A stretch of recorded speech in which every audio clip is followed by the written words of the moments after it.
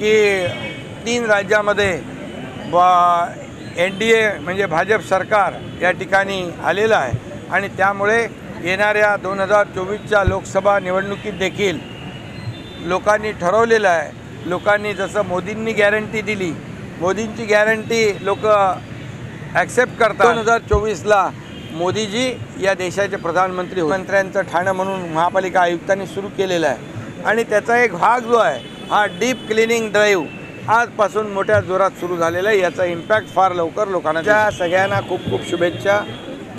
हे नवीन वर्ष सर्वांना सुखाचं, समृद्धीचं, आनंदाचं जावो, राज्याचा सर्वांगीण विकास या ठिकाणी होऊ दे अशा प्रकारच्या शुभेच्छा देतो। सर्वांना नवीन वर्ष सुखाचं, समृद्धीचं, आनंदाचं जावो। अभियान मुंबईतून सुरू झालं, आज ठाण्यामध्ये त्याला सुरुवात होती आहे। आज जवळपास 5000 पेक्षा जास्तीचे आज स्वच्छता दूत या ठिकाणी आहेत आणि खऱ्या अर्थाने यामध्ये महापालिका आयुक्तांनी एक चांगलं प्लॅनिंग केलेलं आहे। एक मोठा विभाग घ्यायचा आणि इतर विभागातले कर्मचारी आणि मॅनपॉवर मशिनरी इकडे आणायची आणि त्यांनी त्याप्रमाणे आज पाहिलं आहे की पहिले रस्ते स्वच्छ केले जातात झाडूने, त्यानंतर रस्त्यावरची माती ब्रशनी केली जाते, स्क्रबिंग केलं जातं आणि त्यानंतर प्रेशर पाईपने पाणी मारलं जातं।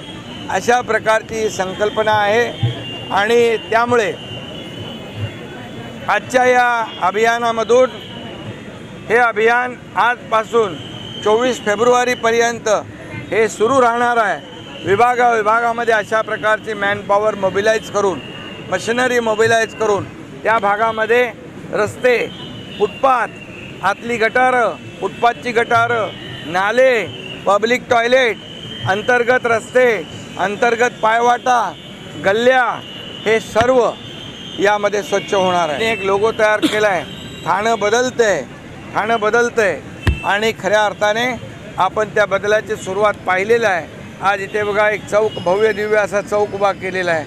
आज अनेक ठिकाणी अशा वास्तू ठाण्यात उभ्या राहिलेल्या आहेत आणि म्हणून स्वच्छता अभियानामध्ये सर्व जे काही NGO या ठिकाणी सामील झालेले आहेत त्या सगळ्यांचं मी मनापासून स्वागत करतो आणि खरं म्हणजे या स्वच्छता अभियानाचा खरा हिरो कोण असेल तर यामध्ये साफसफाई कर्मचारी हा या स्वच्छता अभियानाचा खरा हिरो आहे आणि म्हणून त्यांनी देखील उत्स्फूर्तपणे आज ठाण्यामध्ये स्वच्छ अभियानामध्ये झोकून देण्याचं ठरवलेलं आहे। ज्या ठिकाणी वर्षानुवर्ष कचरा पडला होता तिथं कुणी पाहिलं नव्हतं, आज पाईपलाईनचा परिसर आपण पाहिलेला आहे। त्या ठिकाणी होणारी रोगराई यामुळे रोगराई दूर होईल, ठाणं स्वच्छ, सुंदर आणि निरोगी ठाणं होईल।